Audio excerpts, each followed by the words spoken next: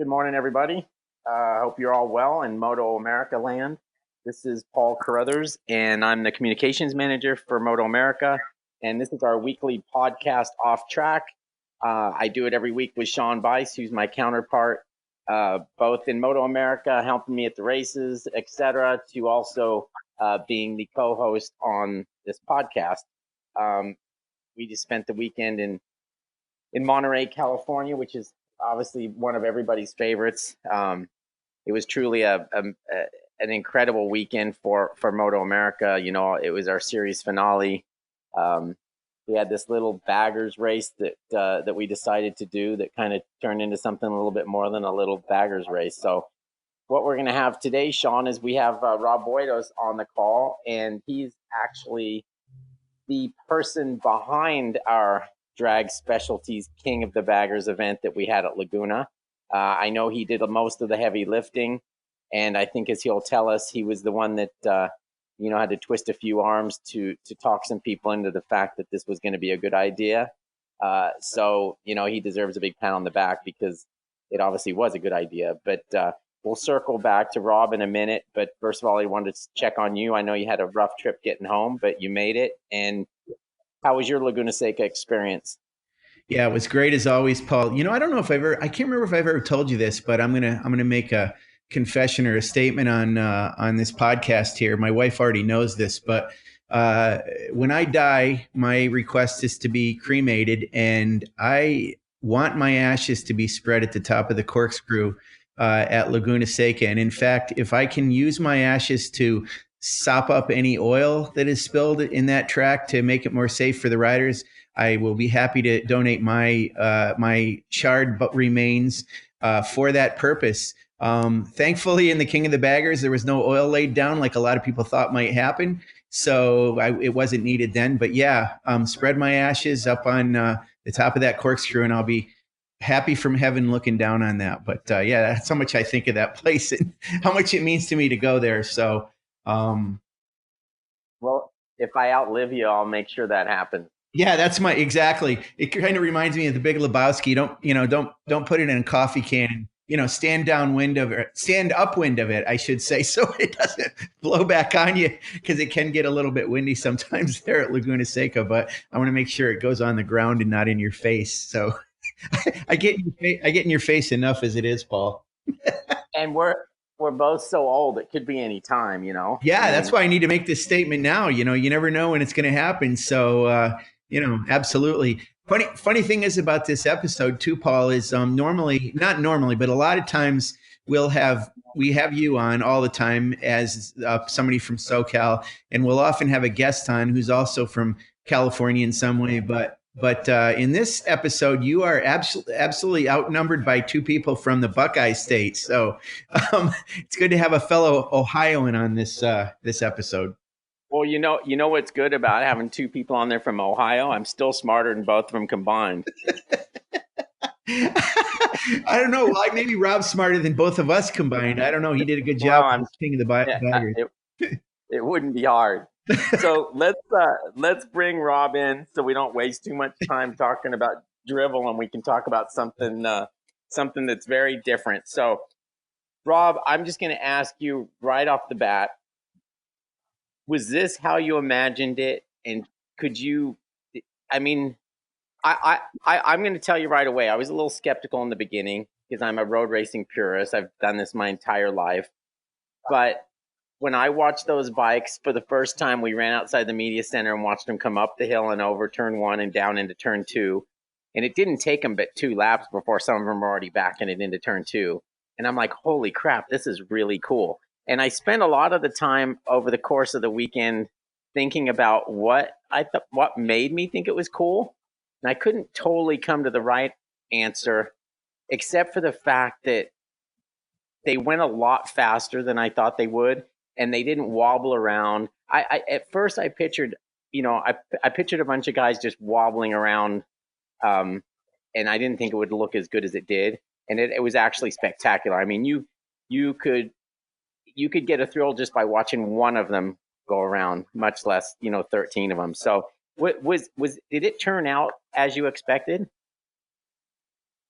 Well, I guess the first thing is I'd like to say I really appreciate you guys having me on the show today. I know that you have a really big audience out there that tunes into your show to kind of get the whole ambiance of what goes down at road racing events with the Moto America folks and probably what's coming up. But to answer your question, um, I've been very lucky in the motorcycling community that I've been able to be involved at a very high level in a number of things, everything from motocross and supercross and GNCC, the biggest amateur events, and then in road racing, thanks to my relationship with Parts Unlimited and Drag Specialties, MotoGP, MotoAmerica, World Superbike, flat track. So I've been very blessed in that. But in the imagination zone of did it look like I thought it would?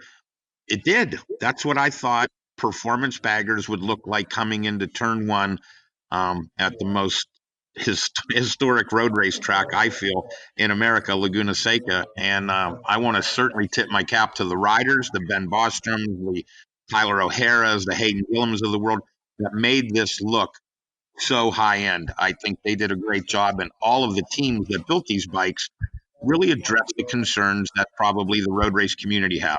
They don't have enough ground clearance. They don't have enough motor. They may have some, and it's funny, people always think about oil with Harley Davidsons like they're still riding panheads.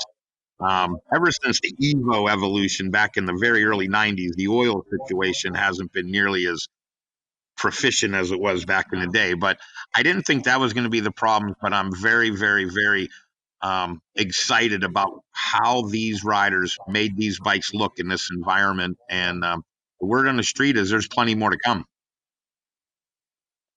Well, that's right. I mean, I think, anything that has that sort of success, I know we've discussed doing more of them. I think that discussion is going to be a little while longer just to see how many we're going to do and where we're going to do them, et cetera, et cetera. But I mean, it's obviously, we're gonna be able to give that event to more people that didn't get the opportunity to see it at Laguna Seca.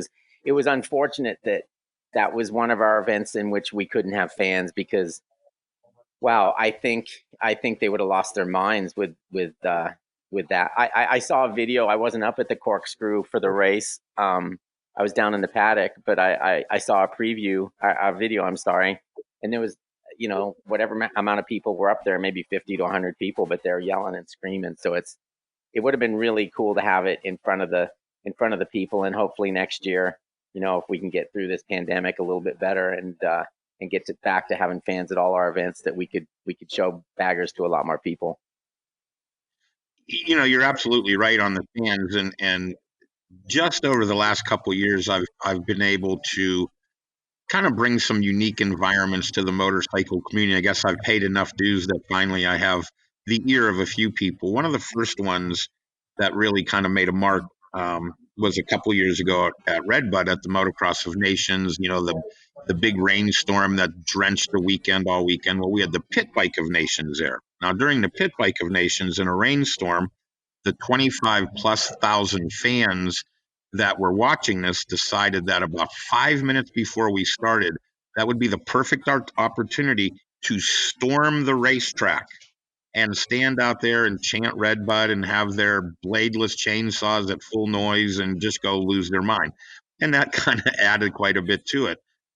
Surprisingly, at this one, as much as I wanted that massive crowd there, I think the fact that there was very, very few people there to witness it live forced everybody to log on to the different outlets, including, Moto America Plus, and for the first time ever, witness it with the aid of the cameras and the commentary, which was clearly heard, and they had a chance to watch it and rewatch it and rewatch it again. I've talked to people that have now watched the entire race upwards of 50 times. Yesterday, I went to a Harley dealer a friend of mine owns. As I walked in unannounced, the whole entire sales staff with parts was huddled around the table. And the one guy said, "This is probably the 50th time I've watched it, and I can't get enough of it." One of the things, Rob, I wanted to talk to you about regarding baggers in general is, I've got a fair amount of motorcycles in my garage that I ride, and there isn't a single one of them that I would classify as a cruiser, not even close. And I've always said in my life, even as I've gotten older, that I can't see myself ever riding a cruiser. I had a brother-in-law that had one, and I got on it, and it was okay, but I had a terrible time turning it around in the road, and the floorboards were scraping, and my feet were way in front of me, and I just don't feel comfortable with my feet way out in front of me, or even not. They have to be either below me or a little bit behind me, so I can feel like I'm an active part of that motorcycle. But having seen those bikes at in the baggers with their rear sets on them or normal foot pegs, it really and really seeing the way the guys sat on the bikes a little more active in the operation, it really changed my mind about them. So I mean, I guess I could see myself riding one of those motorcycles, maybe with some conversions, or maybe I don't even need that. But can you talk about kind of the baggers culture a little bit, what it means? Because ever since we announced we had this invitational, I will admit that I've paid more attention to those bikes. And when I see them, and I see a lot of them on the roads of Ohio, and they're very popular, and I've seen people seem to enjoy them, but I still don't know if I quite grasp the concept of those and transition it into these king of the baggers motorcycles too, if you would. It's kind of a big mouthful, but I wanted you to basically explain to our listeners what those bikes are sort of all about. Sure. One of the, I guess the real tipping point for me is, as I mentioned, I've been around the whole thing, but I've been immersed in the Harley world as an owner of many of them, and still have way too many. And I don't know if you can ever have way too many motorcycles, but my wife thinks I have way too many in the garage right now. Probably because her and my daughter's car don't fit in the garage at all anymore. But anyways, Right. for years, the Harley market was based on custom bike shows. You either went to Sturgis or Daytona or Laconia or Myrtle Beach or some of these bigger shows, and you'd wheel your bike into an arena, and you'd put it on its side stand, and you'd bust out your polishing rags, and you'd stand around and tell people all about it. And I would say that probably since the 70s, one of the big things was to get your bike as low to the ground as you can, so you look just absolutely like the thing's down in the weeds.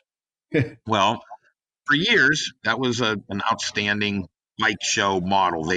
Bikes sitting there in display looked amazing. The paint jobs, whether it was back in the day when you did engraving or chroming, or when they went to murder and everything out, the bikes had these awesome parked looks.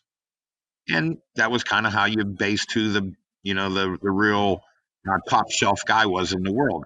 About 4 or 5 years ago, a lot of younger kids, a lot of kids that had come from the motocross and even the sport bike background. And I, as a kid, I had 86 DSXRs and ZX7s and, early Ninja 600s, the whole bit. But as we went into the Harleys, this lowered look bike show, as these guys now came in, they started raising them up, and then they started taking off everything that made Harleys so, I guess, attractive to the former guys, all the bolt-ons and doodads and things that were just put on the bike for adornment. They got down to the real basics. They raised the bikes way up, and then they started throwing carbon fiber at them. All of a sudden, you had a bike that was carbon fiber, not custom painted, real tall, maybe a little bit awkward looking for the moment, not slammed on the ground, and sleek and all that. And I'm like, if this is going to be the movement, the bike show market is not ready for this look yet. This I can actually be ridden hard and aggressively look. So rather than going, we should take these to bike show, it was actually a few years ago. Brock Glover and I were at Pittsburgh International Raceway with Rain Waney, a big friend of Brock, and that's how we got introduced. And as we were cruising around, we went out to the parking lot area. And as we were out there, he goes, we've had to move the barrier 9 times this weekend for all the bikes that are here. Look at all the bikes that are Harleys here. At the time, when MotoAmerica was getting ready to come back to Pittsburgh International Raceway, I had Ron Heben, a super good friend of mine, had got a hold of me and said, hey, you guys should come down for this test that we're having. And it was a Tuesday afternoon. Nobody was there, just the teams. So I called 7 or 8 Harley/Metric motorcycle shop owners. back here in the OH10 where I live. And I said, let's go over to this race and say hello. So fortunately for me, due to my contacts with them, they all showed up. And I said, look, here's a national event that's coming to our kind of humble portion of the world, the northeast portion of Ohio. If we as a group don't support this and it goes away in a couple years, we have no one to blame but ourselves. Well, guys like Bill Baumberger, who were active during the 883s and Fuels and XRs, and even had a VR 1000 that he still has. If anybody wants to buy it and all the spares, it's for sale. But um, just a little plug for my buddy Bill. He, they came down and they embraced it. While Bill, for instance, the first year, he bought his whole hog club, 412 of them, tickets to come to the race. So as we were looking around with Wayne, I'm like, look at all the bikes here are Harleys. And he's like, he agreed. Yeah. And I said, the way they're customizing these new baggers, I feel that people would really take to the track. He said, fine, let's do it next week. So this was actually approved a couple of years ago. And I said, look, before we come out here and don't do ourselves a favor, give me a little time to let these guys get their bikes built properly and to get riders on them that MotoAmerica and we feel comfortable with on the track. So that was the thing. Finally, by the time we got to this year, we were going to do it. I believe it was June 12th was when it was supposed to happen. And then everything crazy hit. We kept getting moved back and back and back. And then finally it landed October 24th. The teams that had been notified had extra time to build their bikes. And then there was a couple teams like the Vance and Hines team with Terry Vance, the S&S Indian team, and Roland Sands' Indian project. They kind of joined the fray a little bit late, but they still had plenty of time. And the next thing you know, we were able to get out on the track. The gang from Drag Specialties, obviously the V-Twin leader in aftermarket, said, yeah, we're going to jump on board as the title sponsor. And the next thing you know, we had this small invited only group of riders that came out, and they had pretty much transitioned from building bike show bikes to now, after this weekend, after chasing all the data, after chasing suspension and rebound and mapping of the fuel system to deliver. Now they're race teams and they are ready to go for the next one for sure. Okay, so this you mentioned Wayne Rainey, and I think most people, when they think of Wayne Rainey, they obviously think of the fact that he's a three-time world champion in addition to the MotoAmerica president. Also, those same people could imagine that would have taken the most amount of arm twisting that you could possibly do would be to get Wayne Rainey to accept having a baggers race at one of his races. And that's entirely the opposite, right? I mean, he like you mentioned, that he was on board from the beginning, and he was a proponent of it from the beginning. Yeah, Wayne did not even blink. He looked around, he listened, and again, fortunately for me, like I said, his friend Brock Glover was there, and Brock and I have been friends for years, and Brock kind of gave him he's on to something. And I mean, this conversation, when I say it took less than 5 minutes for us to have a handshake agreement, that's about what it was. I mean, he goes, if you tell me this is something that can work, and Brock's telling me that you're that kind of, you pay that much attention to the Harley market, I'm with you. And so Wayne, thank you very much for being able to make a decision. And for me, I've never wanted to come into a road racing community like you guys have and treat it like, oh, we're here. We were very lucky to be at such a high level with so many amazing riders. I mean, we were there for Beaubier's last probably American MotoAmerica race. I mean, it was an honor just to be on the same track as him and Gagne and the rest of the guys out there, and to just be around you. I mean, it was an honor. We're blown away to have been there. Okay, so listen, while most people would think that you would have the most difficulty getting the road race guys to accept this class, I think you mentioned to me prior to us doing this podcast, it was actually you had to do some arm twisting on the other guy's side, right? On the Harley side or on the Indian side, on that side of the market, to talk them into the fact that this could be done. Well, you have, and again, dealing with the aftermarket, they're so quick to react to things, when as we move forward, they'll make these bikes better. They'll have parts for them that bolt on that make the things handle, stop, accelerate, everything. They're real fast like that. But as much as we had the pure road race guys that said we're going to scar up the race surface, we're probably going to leak oil and probably crash a lot and go real slow, the Harley guys said, why would we go out to a road race environment? We're not road racers. We're custom bike builders. I don't know what you want me to build. Now, this is some of the people that elected not to participate. The guys, the factory or the companies that did, they didn't take nearly as much arm twisting. They had to think about it for a minute, and they said, this is what we're building, our performance baggers, so we might as well showcase how much performance we can actually put into these bikes. A number of those bikes had motor modifications. One even had a turbo on it, and they were all putting out about 145, 150 horsepower. And the weight savings, as I mentioned, some of them were able to get, close to 300 pounds taken off the bike. And this wasn't necessarily as much exotic as it was just taking some of the big, giant, heavy things off of them. Right.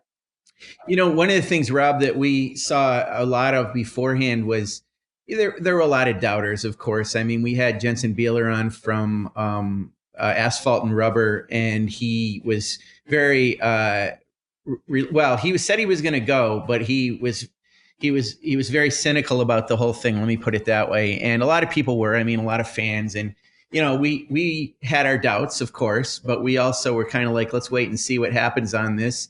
And boy, I think we were all pleasantly surprised. You mentioned a couple companies that maybe didn't want to do this. Do you think there are regrets from those companies now? And do you think, talk about opening some eyes in the industry as well as among the fans a little bit?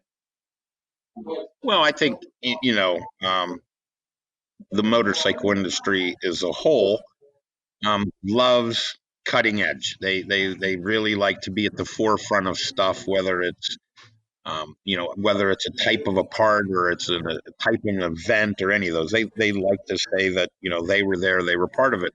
And I would honestly have to say the ones that had the chance that did not participate just have to take a step back and go, man, we we really missed the opportunity on this one.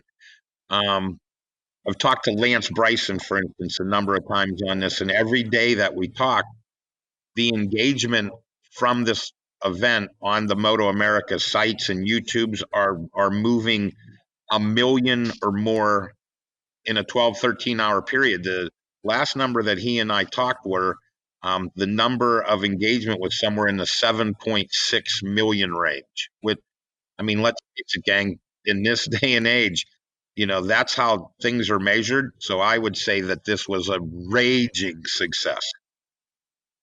And the bikes, from a guy like me who's always been into more sport bikes, or if anything, more standards from when I started, they were absolutely cool bikes. And like I was saying, I never thought I'd ever get a cruiser or a bagger or something like that. I mean, that may open my eyes to that industry or that particular, I guess, segment of the market and product that I might be interested in. Or at least now I'll pay attention to guys that ride those bikes a little bit more. So I think it kind of came together for all different facets of our sport or our pastime.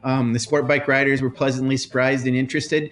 The cruiser guys probably like to see it as well. So it really kind of blended together a lot of different people.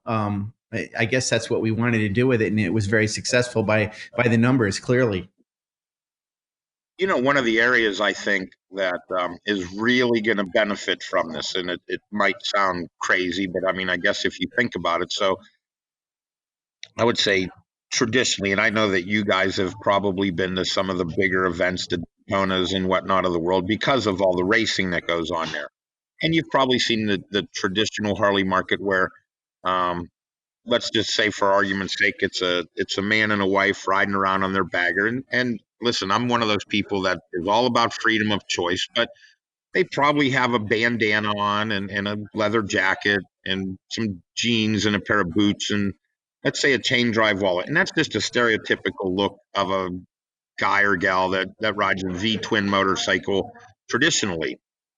Well, now that this new, I want to ride my bike real hard, I want to do it in a controlled environment, and there's a chance I can race. I would think that over the next couple years, the Alpine Star tracksuits, the high-end helmets, the gloves, the boots, these guys are all going to want to go do track days and things like that. I think the V-twin segment may be the next biggest segment of protective apparel coming. I mean, most of these guys don't own a helmet. They definitely don't have their old road racing leathers from back in the day. This is all new to them. So they're going to have to buy everything. And I can see, and I'm not going to say there's going to be 15 or 20,000 people adhere to this, but I bet hundreds, especially a lot of these Harley dealerships, that they like flat track, they like the 883 series and things like that. I think you're going to see them going, we're going back to the track days. And again, they're going to have to buy all this. So I think there's an upside just even in that market. Well, I can tell you, I think we've talked about the bikes a little bit, or actually we've talked about them a lot, and they're very cool and they've come a long way. But what I think a lot of people found intriguing about that event was the fact that you had the likes of Ben Bostrom there, Frankie Garcia, Hayden Gillum, obviously Tyler O'Hara. It was like, and the Boston thing sticks out in my mind. Corey West was out there. What's that? And Corey West, yeah. I mean, but Corey West was out there. I can't remember his name right now. They ended up fourth on the turbocharged bike. He rides the BMW. Is it Wyman? Yeah, Travis Wyman. So Travis Wyman. You had some big names there, and Bostrom stands out to me more than anybody because, as you know, he's a wonderful guy, and he hasn't raced a motorcycle in 8 years. I think he told me. So I think having guys like that in this event added a lot to the event. My worry is, I would like, as much as I want to see this thing continue, and it's going to continue. But I worry that if it gets, I don't want it to ever get to a point where a guy like Ben Bostrom can't do it. Does that make sense? Like, I don't want to see 23-year-old ringers. Is always allowed to do this. Yeah. Would never tell. So while we were down on the pit wall on Friday, I don't know if are you guys familiar with Bobby Moore? I'm guessing you are. 100%. Sure. Yeah, 125 West Coast Supercross title, world champion, Hall of Famer, and an agent. Right. So as we're standing down there, he had come down to the wall, and he's like, "Hey, I'm on a group text. Can you help?" And I'm thinking, what do you need? And he shows me the text, and the text says, "If there's 2 more bikes there, we'll jump on a plane right now." And I'm like, "I don't have any bikes. Who's that?" He goes, "That's Colin Edwards and John Hopkins. Wow. They're watching it. If you can find them bikes right now, they'll be here tonight and they'll race tomorrow." I said, "Man, I don't have any extras, but That's cool. I think that moving forward, we're going to have when you start to read through the lineup of rosters, I even think I had old Raj talked into it. If he didn't have to do the rest of the day announcing, I think we could have leathered him up and sent him down to find something. Yeah, I think that's important that those guys, that they get to be involved like that, because on Monday morning, I got a message from Claudio Corti, who used to race with us. He's an Italian guy. He's raced MotoGP. He's raced, Moto2. He's basically done it all. And he said his message to me was, "I love baggers. Can you get me ride?" Yeah, I mean, so here's, you guys know this is so one of the things I've always sort of had my hand in fooling around with is the pit bike stuff, right? The pit bikes, you take somebody that's incredibly talented, and the limitations of the bikes are evident. Rarely do you ride a race bike like a MotoGP bike or something where the limitations are right there. Well, on these baggers, the primary sticks out a little too far, and they don't have the greatest amount of. So these guys are riding these bikes probably to about 50% of their ability. You know what I mean? They don't have to be super fit. They're not out there for 25 or 30 laps or whatever it is. I think almost Wayne told me one time MotoGP races used to be like 45 laps. Yes. And, these guys were 8. So they were having the time of their life. They pull in. There's a lot of camaraderie. No one's I mean, everybody's competitive when you're racing. As soon as you put your helmet on, you could be riding go-karts, you're super competitive. But I think they like the environment, and I think they like the look. So I really believe, this is just a belief of mine, that we are going to see some of the biggest names that we remember from our racing in the last 10, 15 years. Want to at least do a one-off, or, because the series not going to be the whole series, I mean, it'll be limited. So I could see them wanting to come out, be part of it, have a good time, revisit with friends, talk to I mean, Ben was hanging out with Gabrielle from Alpine Stars, then Keith McCarty come over, and next thing you know, we had some of the biggest names in road racing standing in a paddock laughing about riding baggers. You know what I mean? It was a good time. That needs to come. Yeah. Hey, Rob. So we're not sure what's going to happen with this going forward, except that we know that it's going to go forward, and we're going to try to do more stuff with it. But what do you think about, one of the things that we've heard from several people is, what about the metric cruisers? What about BMW? That seems to be a natural transition or progression of this, is to try to get, Yamaha and Suzuki, Honda, Kawasaki involved with their V-twins, and maybe even some horizontally opposed twins like what BMW has. So what have you guys thought as far as trying to expand it into those brands? I mean, we're certainly not motorcycle snobs that say this is in, that's out type stuff, but we haven't really sat down for that next level of discussion, how it goes. I know that Yamaha, for instance, makes an Eluder, which is a really good handling, high-end V-twin touring bike, just like these, a bagger. Right. Kawasaki has the Aero, which, again, liquid-cooled V-twin. Honda doesn't really have a V-twin. They have the six-cylinder Goldwing, which 6 cylinders against 2 is a pretty big, we have to get John Search to ride that thing. The rest of the brand, I mean, it'll all be something that we'll look at. Now, we had drawn up a loosely kind of packaged set of rules to get this going, and a lot of teams, they went through tech and things like that. But moving forward, we're going to have the rules set up so that a dealership can make it affordable, can make it make sense, could give them a chance to travel around and get back into the racing, and it'll be something. And here's the crazy thing about these bikes. They're kind of a little bit like a flat track bike, in the sense that technology isn't going to change year in and year out, where last year's bike's obsolete. You know what I mean? Oh, we can't use that one anymore.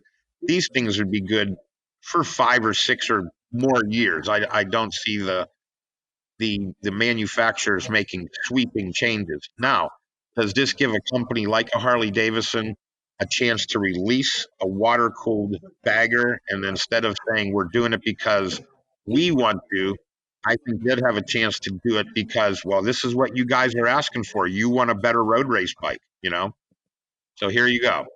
And that'd give them a chance to go with a single shock with some aluminum components, maybe a smaller set of bags. Maybe they have many motorcycles that would have mid-mount or rear set style pegs on them, the Sportsters and the new Softail line. So it'd be pretty easy to morph a little more technology into a Harley without really offending the purists. And that new 1250 motor they have in their Pan American adventure bike, and I think they have a Street Fighter out of it. The indication is that it has about 145 horsepower stock. So that would certainly throw them right into the meat of the high-end game. If they went that way, Yeah, and to your point, I mean, when we looked at the entry list, there was a pretty wide disparity, maybe not among brands, but certainly among years of bikes. I mean, I think there was a 2017 model there, but there was also, a couple 2020s and things like that. So to your point, there were some, a little bit older, not super old, but a few years older than brand new stuff. So.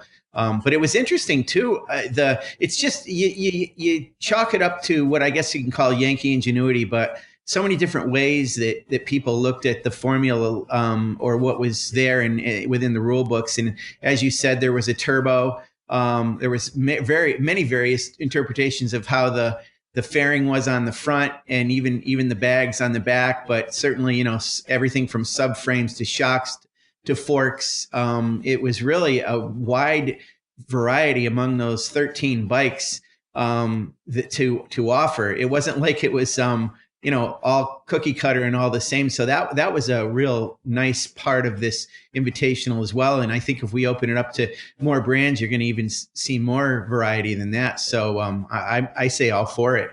It's good. Yeah, I mean, you talk about some of the other brands that could come in, and I'm somebody that if I can help in any way grow the motorcycle industry, I am all about it. I've never been somebody that goes, well, I think it's big enough, we should shrink it down. I mean, I want it to grow, and having been, as we mentioned earlier, to many road races, it saddens me a bit. I mean, as one of the reasons, honestly, that back when I was in my early to mid 20s, I didn't live at home anymore the whole bit. And next thing you know, I find out the insurance for real on my FCR 1000, is about $800 a month. I'm like, $800 a month, I don't have $200 a month for insurance, Yeah. and that was the killer. That's what put the knife for me into the sport bike market. Is I couldn't afford the insurance as a kid. So that I kind of transitioned over to Harleys. And I remember I bought my first Harley. It was a Sturgis. I don't know if anyone out there ever heard of one or remembered one, but it was just a little low rider. And I remember calling my insurance guy, and I was 24 years old. And I said, this is what I bought. And he goes, okay. I said, how much is the insurance? He goes, $158 a year. I'm like, how much? And he said that, and I'm like, he goes, well, it's not considered a high performance bike, and blah blah blah. Even today, I have a 2020 Road Glide, and I've been pretty fortunate to have some good friends, and I've got some cool parts. And the insurance on it's only like $510 a year. Mm-hmm.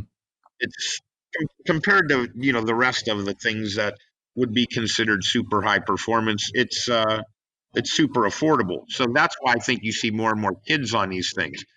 The sport bike market, I mean, I think the true hardship those guys and girls face is insurance. The bikes themselves aren't that expensive, comparable. I mean, there's dirt bikes that are $10,000 now, Yep. And when I was doing it, sport bikes were $59.99 and motocross bikes for $28.99. Right. That was for a lead.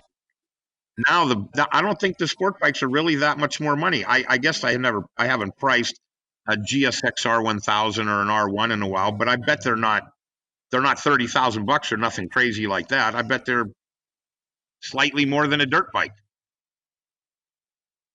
But the insurance is what clobbering these kids. Okay, guys, I'm gonna let you go here, Rob, and we'll have you back on when we find out some more information about what we're gonna do going forward with baggers in 2021. It was a pleasure having you. You're a wealth of knowledge about this segment of the sport that a lot of our listeners maybe aren't that familiar with, but I'm sure they're getting more familiar with it ever since millions of them watch videos from King of the Baggers this past weekend. So thanks for coming on with us, and we'll have you back again. And Sean, I'm glad you made it back to Ohio safely. You guys should get together and have coffee or something. I don't know how close that is, but that's something you ought to consider. Yeah, it's cold and rainy, isn't it, Rob? It is down here by Columbus. I don't know about you up there. Is it cold? No, it's chilly, rainy. The leaves are changing. Probably my third time getting them picked up. Hey, before I go, if I could just have a second, I definitely want to give as much thanks as I can to the whole gang from MotoAmerica for opening up your brand for us to come in. Thank you for the gang from Drag Specialties who stepped up. Thank you. And all 13 teams who came out there on their own dollar.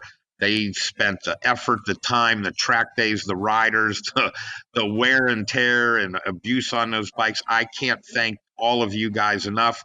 I want to thank both the Indian and the Harley teams for coming out and the great race you guys put on. And congratulations to SNS, Vance and Hines, and Roland Sands for rounding out the podium. And I can't wait to do this all again in 2021. Thanks a lot for your time, gentlemen, and I hope everybody enjoyed it and looks forward to seeing it Awesome. again. Thank you very much. That's awesome. Thank you, Rob.